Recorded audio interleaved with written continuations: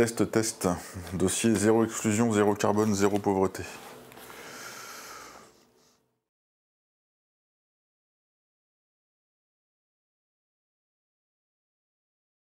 Je crois que les statuts de Libération, c'est assez clair. À la tête de Libération, il y a Laurent Geoffrin, qui a été élu par les journalistes.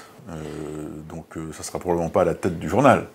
À la tête du groupe, oui, c'est possible. La logique voudrait que ce soit ça. En tout cas, le rachat par Patrick Drahi des activités d'Alain Veil dans Next Radio, BFM, RMC, je crois, implique ce regroupement-là, oui.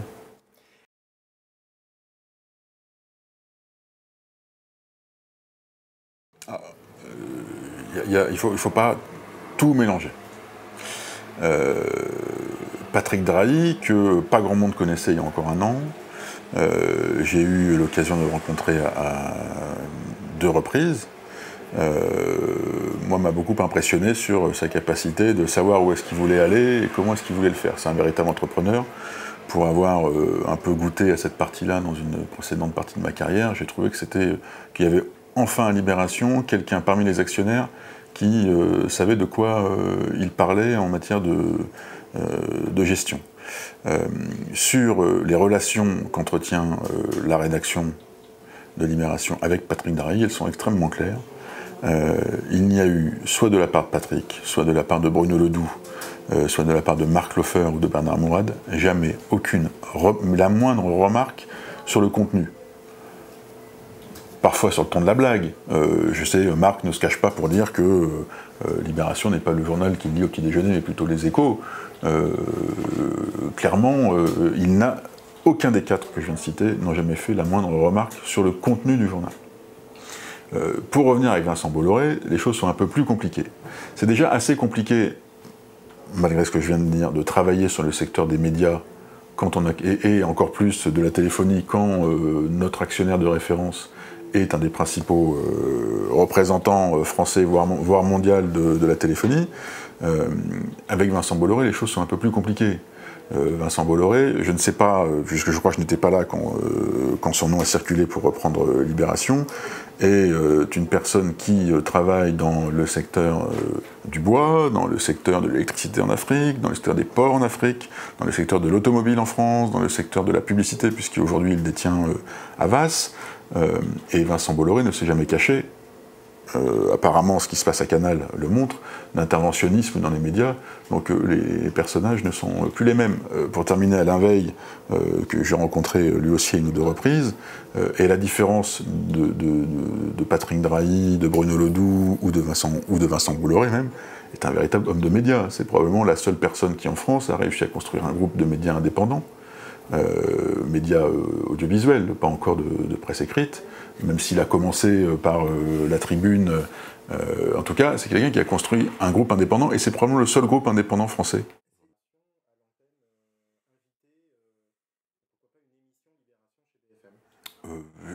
Pour l'instant, je pense qu'il est encore un peu trop tôt. Je crois que le chantier Libération est encore assez énorme. On n'est que même pas au milieu du gué. Hein. On a construit, depuis mon arrivée, il y a exactement 1 an, et l'arrivée de Laurent Geoffrin, quelques mois avant, de Pierre Friedenreich, un journal qui est en train d'essayer de se réinventer sur le quotidien, sur le site et sur le magazine. On a plein d'autres projets à lancer. Moi, la feuille de route que j'ai de la part des actionnaires pour l'instant, c'est de développer Libération. Et de regarder évidemment avec les autres parties du groupe s'il y a des synergies à avoir. Synergie éditoriale, c'est extrêmement compliqué, même ne serait-ce qu'avec l'Express qui fait du web et du magazine, on peut imaginer des synergies éditoriales. Je ne vois pas bien lesquelles. On n'est pas du tout sur le même créneau, on ne pense pas du tout la même chose de l'information, on n'a pas du tout la même façon de faire, ni de l'internet, ni du papier. Donc les choses sont assez compliquées. C'est vrai que vous allez avoir une entrée différente rue de Châteaudun. Vous n'allez pas rentrer, les journalistes de Libération ne vont pas rentrer par la même porte que les journalistes de l'Express. 2 choses. 1, nous sommes en train de regarder si nous allons effectivement rejoindre les locaux d'Altis rue de Châteaudun, qui ne sont pas les locaux de l'Express, qui sont les locaux d'Altis. J'ai souvent blagué, notamment sur Twitter, quand on me posait la question, on disait qu'on allait rejoindre les locaux de Gala ou de l'Étudiant, autre fleuron du groupe ex-l'Express Roularta, il y a effectivement aujourd'hui à l'Express, si j'en crois les mesures, potentiellement de l'espace pour accueillir Libération tout ou partie. Il faut qu'on travaille sur ce dossier, c'est assez long.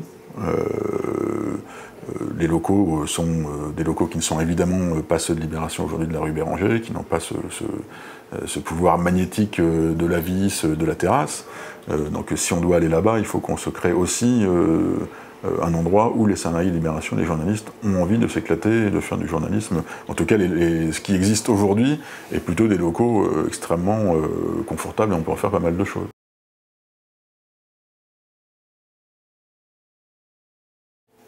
Parce qu'ils ont le droit de réagir de façon différente, hein. Ils ne pensent pas la même chose. Justement aussi peut-être parce qu'Alain Veil est un homme de médias, vraiment de groupe de médias, qu'il a une vision peut-être plus journalistique que celle de Tavernos. Oui, mais c'est un homme de médias dans le sens plus, je dirais, moins journaliste, moins créateur de contenu. C'est M6, c'est du programme, c'est de l'entertainment. Ce n'est pas le cas du groupe BFM, même si jamais ils font des tentatives vers de l'information plus light, entre guillemets. Ça reste quand même un groupe beaucoup moins entertainment. Après, je ne sais pas pourquoi est-ce qu'ils ont cette différence d'approche-là. Moi, ce que je pense de tout ça, c'est extrêmement compliqué, parce qu'on y est, c'est ce que je disais tout à l'heure, on est confronté tous les jours à ce genre de sujet. Est-ce qu'on doit traiter, je dis n'importe quoi, de Xavier Niel, sachant qu'il est un des principaux concurrents de notre actionnaire de référence? Le problème est à la fois, il est double, il est à la fois sur est-ce qu'il faut enquêter pour sortir quoi, pour sortir des choses? Oui, ça évidemment, si on a des histoires à raconter, je pense que les journalistes de Libération les raconteront et il n'y aura aucune pression de la part de la direction et des actionnaires, ça nous semble évident. On a écrit plusieurs fois des papiers sur Altis, sur la marche en avant de Patrick Drahi.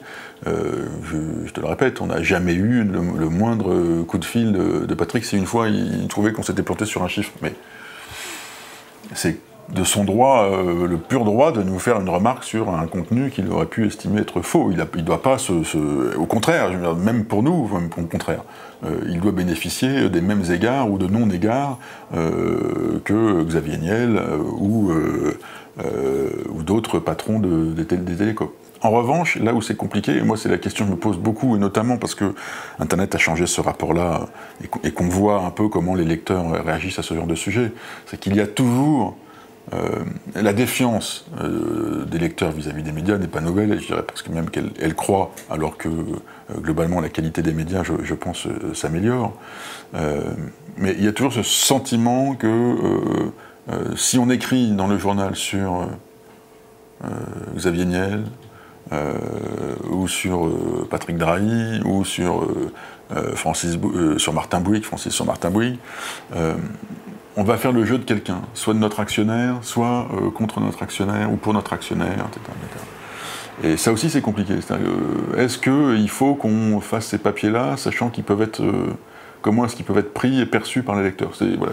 Mais en tout cas... Si tu te poses la question, ça veut dire que tu pourrais décider de faire comme Nicolas Tavernos et de dire on ne le traite pas avec au contraire. Non, ce que je veux dire, c'est que on ne le traite que si ce qu'on a à dire est vraiment important et vraiment intéressant. C'est-à-dire que faire le suivi de l'actu des acquisitions de Patrick Drahi, de la dernière conférence de presse de Xavier Niel, par exemple, n'est pas forcément important.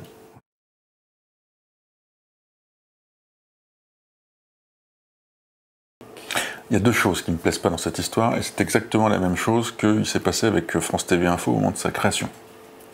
Il n'y a eu absolument aucune discussion entre les professionnels du secteur, notamment de la presse écrite et de la presse web, sur l'arrivée d'un nouvel entrant qui pouvait bouleverser la donne de ce secteur-là. La question n'est absolument pas journalistique. Je le répète, et c'est ce que j'ai dit pour clarifier la situation à un moment sur Twitter, c'est le boulot que font les équipes de France TV Info sur le site sont très très estimables, de très bonne qualité, ils essaient des choses, pour le coup ils répondent à une partie du cahier des charges qui est d'innover, et ça c'est vrai que c'est potentiellement un des rôles du média de service public que d'être dans l'innovation, puisqu'il n'y a pas à avoir de retour sur investissement. Mais ce que je reprochais avant, c'était qu'il n'y ait pas eu cette discussion-là. Quand, aux États-Unis par exemple, ou en Angleterre où il y a un service public fort et où la BBC, le site de la BBC fait énormément de trafic, ils sont arrivés, je dirais presque bien avant, ou au même moment que les principaux médias qu'on connaît aujourd'hui en Angleterre. C'est pas le cas aux États-Unis où le service public est évidemment beaucoup plus faible, notamment sur le site. Et surtout, ce que faisait la BBC, c'était créer son propre contenu. C'était pas publier comme le font à peu près tous les sites d'infos en France, y compris Libération et encore trop à mon goût, d'AFP et de Reuters.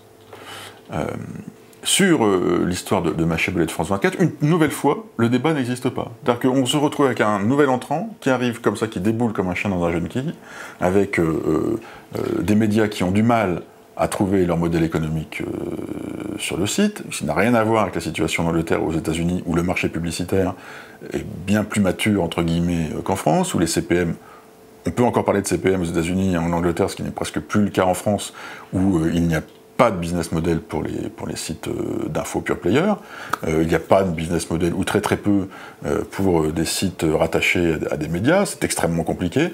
De voir comme ça un nouvel entrant qui peut faire fi de toutes les règles du marché et bouleverser ce marché-là, mérite un véritable débat. Et je pense que pour l'instant, et c'est ce que je trouve extrêmement dommage, France 24 a fait ça dans son coin, avec des règles qu'on ne connaît pas, et il n'y a eu de discussion avec aucun des éditeurs, regroupés dans des syndicats, le SPQN, le GEST, personne n'est au courant de cette histoire-là. Je trouve ça absolument dément. Quel que soit, au final, je ne sais pas, parce que pour le coup, les détails manquent sur cette démarche de création. C'est pas du tout, c'est ce que je disais, c'est pas du tout ce qui se passe avec Business Insider, ou avec BuzzFeed, ou même Slate ou le HuffPo. On n'est pas du tout dans une démarche économique, d'acteurs économiques indépendants qui viennent lancer du business sur un marché français.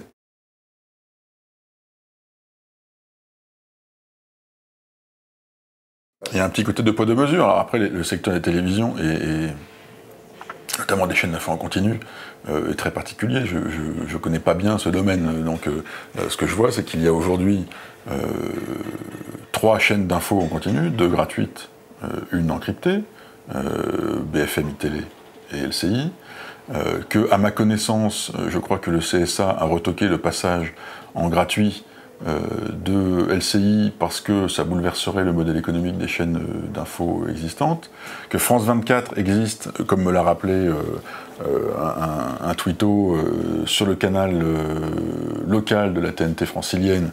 Bon, depuis relativement peu de temps.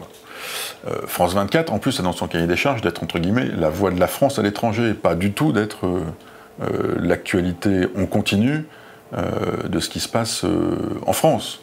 Hein, c'est aussi, ils ont un cahier des charges qui est particulier, France 24. Alors justement, tu as... Mais devoir arriver, du coup, effectivement, une chaîne du public sur les chaînes d'infos, je pense que oui, Delphine Ernotte, c'est exactement ce qu'elle fait en annonçant ça. Ça ne peut pas se faire sans discussion avec les acteurs du privé, c'est certain. Là, ce qui est en tout cas paradoxal, effectivement, c'est qu'on risque de se retrouver, enfin, potentiellement, avec 5 chaînes d'information en continu.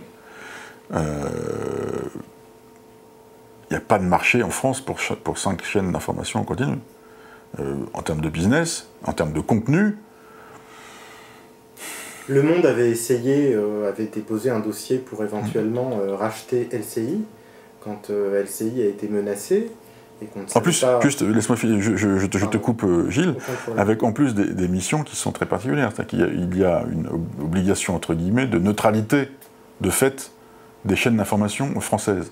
C'est pour ça qu'il n'y a pas de vraie Fox News à la française. On peut disserter sur BFM, qui serait une chaîne d'information plus populaire que iTélé, c'est sans doute vrai dans l'habillage.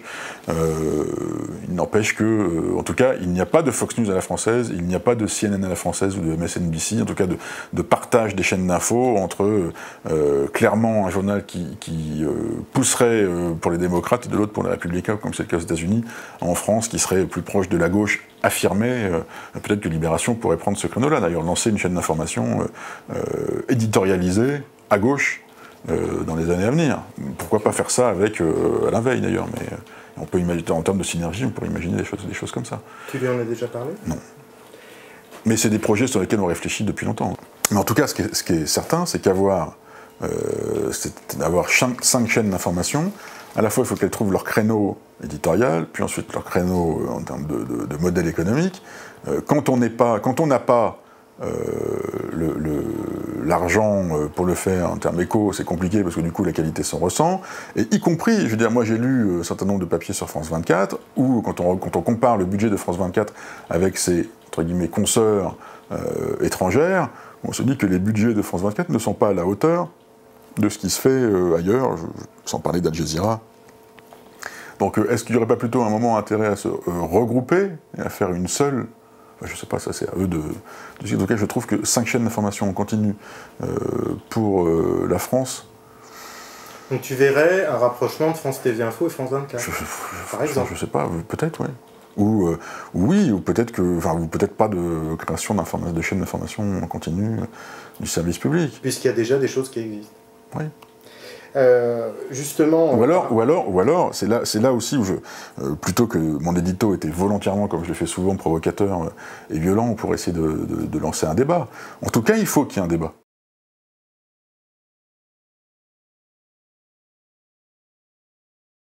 Ça dépend de quelle police on parle. Si c'est la police des contenus, je crois qu'en France, pour l'instant, il y a une tradition qui est plutôt du laisser-faire, en tout cas régulée par la loi. Internet n'est pas une zone de non-droit, contrairement à ce qu'on entend. Au contraire, je pense même qu'il y a un surempilement de lois sur Internet. Dans le secteur de la presse, peu ou prou sont les mêmes lois qui s'appliquent à la presse papier et à la presse Internet. Donc si on parle d'un gendarme en termes plutôt un gendarme en termes de régulation, oui. Là je sais pas, je pense qu'il y a déjà un ministère de tutelle, qui est celui du ministère de la Culture. Il me semble que le secrétariat d'État d'Axel Lemaire n'est pas mandaté à travailler là-dessus, mais peut-être qu'elle pourrait aussi avoir son mot à dire. Et puis il y a le CNN. Je crois que Benoît Thiolin vient d'être nommé administrateur de France Télé aussi. Donc il me semble. Hein. Et donc ça serait un souci ou... Non, au contraire, ça peut rapprocher les discussions. Je pense que Benoît Thiolin vient du web, il vient de l'entrepreneuriat web, il connaît très très bien ce secteur, il est président du CNN. Je crois que lui, il pourrait faire justement regarder un peu ce qui se fait.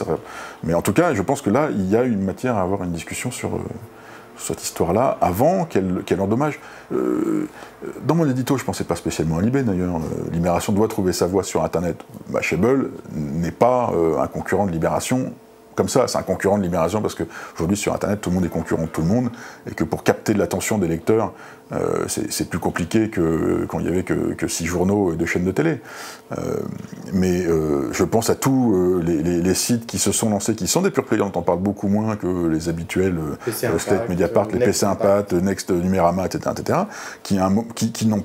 Alors je ne sais pas quels étaient leurs business models, ni même leurs envies à l'avenir de développement. En tout cas, si jamais ils avaient eu envie de se développer, j'ai pas eu l'impression qu'ils aient eu les moyens de devenir un Mashable français, peut-être qu'ils n'en avaient pas du tout l'envie.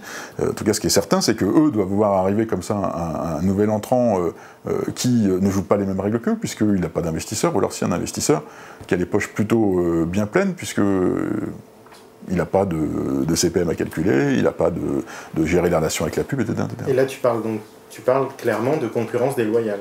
Et je pense qu'on va voir. Alors, j'espère qu'il n'y aura pas de pub sur ce site-là, mais même s'il y en a, je trouve que oui, c'est un petit peu une concurrence déloyale. Oui. Ça empêche clairement des jeunes pousses du secteur d'arriver à maturité. Et j'avais fait les mêmes critiques. Je me retrouvais à un autre endroit qu'à Libération quand j'étais à Slate et que j'avais publié avec Guillaume Ledy et Christophe Caron pour dire un peu de mal que je pensais du fonds Google, pas du fonds en tant que tel, mais en tout cas de l'attribution du fonds, et que quand les fonds, en tout cas c'était la crainte que j'avais, allaient encore une fois aller au plus gros et pas du tout aux jeunes pousses du secteur, celles qui existent déjà ou celles qui pourraient être à naître, Là, on se retrouve exactement à peu près dans la même situation. C'est-à-dire qu'on empêche véritablement l'innovation de se créer.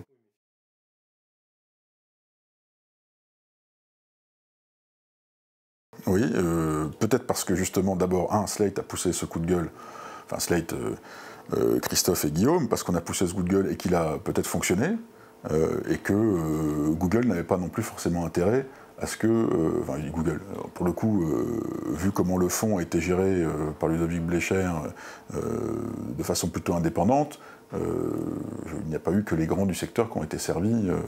Mais c'est quand même les grands qui, de façon proportionnelle, ont le plus touché.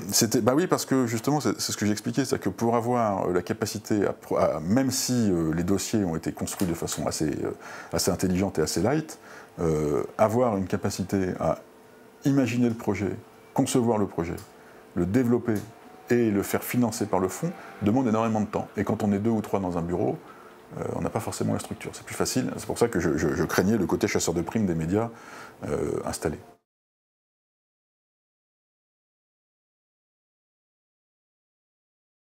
Peut-être. Très une bonne idée. Moi, c'est quelque chose auquel je pousse beaucoup. C'est que Libération ait une cellule de développement, de recherche et développement. Évidemment, un vrai labo. Mais qui ne soit pas qu'un labo de design et d'ergonomie, qui soit un labo de recherche sur la sémantique, sur les algos, etc. etc. C'est un peu le rôle que jouait Reader aussi à Slate. Donc oui, ça serait intéressant. Après, je pense qu'eux, peut-être, ils ont des envies d'indépendance. C'est pas mal aussi d'être indépendant.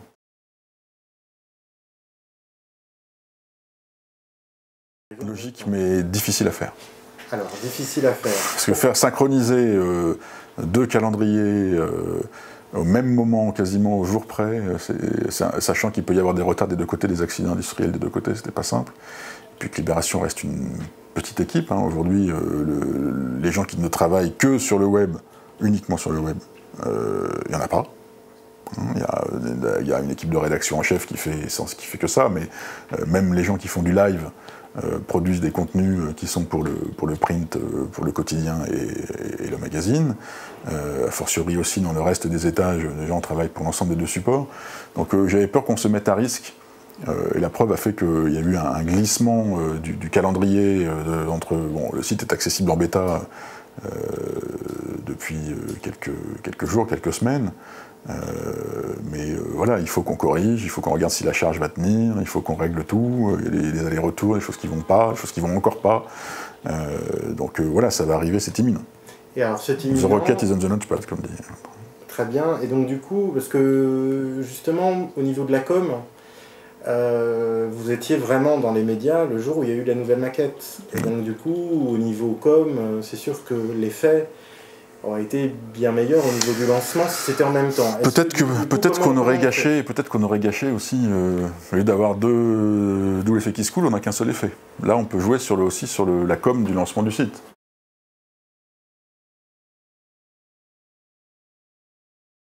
Il y a pas mal les choses qu'on a voulu mettre en avant. C'est long, moi je suis arrivé il y a pile 1 an, on a commencé à travailler sur la version mobile à mon arrivée. Le lancement du live commencé à être lancé.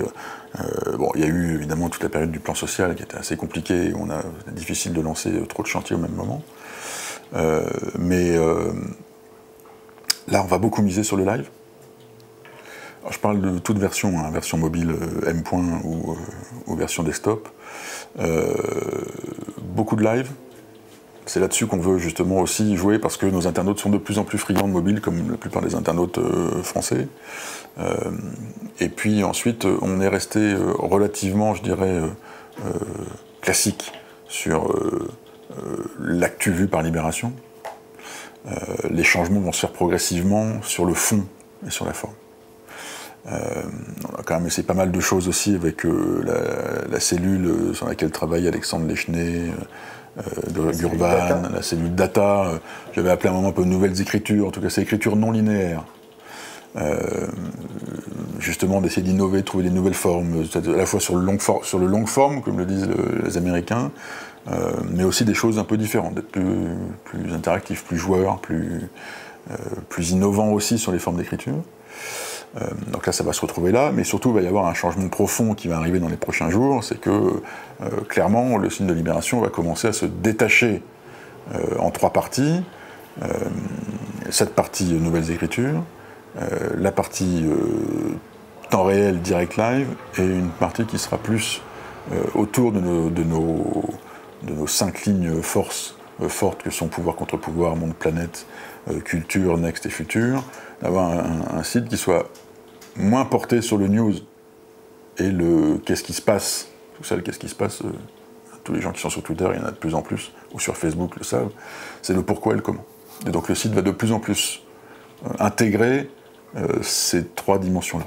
Donc développer le côté désintox décodeur. Voilà, le côté désintox, le côté portrait, le côté analyse, commentaire, justement la page édito qu'on a créée dans le journal, dans le quotidien, une page qui est quand même très pensée conversation. Donc voilà, c'est exactement ce qu'on cherche, de mettre en avant et de miser plus là-dessus que sur quelque chose qu'on n'a plus les moyens de faire, qui est le suivi de l'actu. Tu peux m'annoncer une date pour le lancement du site ? Vous avez prévu quoi, même si ça peut être repoussé ? J'espère que ça sera avant le record battu de la reine d'Angleterre. Pardon ? C'est cryptique, mais il va falloir que tu fasses un Géopardy. Demande à Google. D'accord. C'est très vite. Sauf accident industriel, c'est pareil, c'est comment tu lances. Il n'y a pas de meilleur bêta-test que l'internaute. Donc, Merci beaucoup. je t'en prie. Et à bientôt sur l'Observatoire des médias.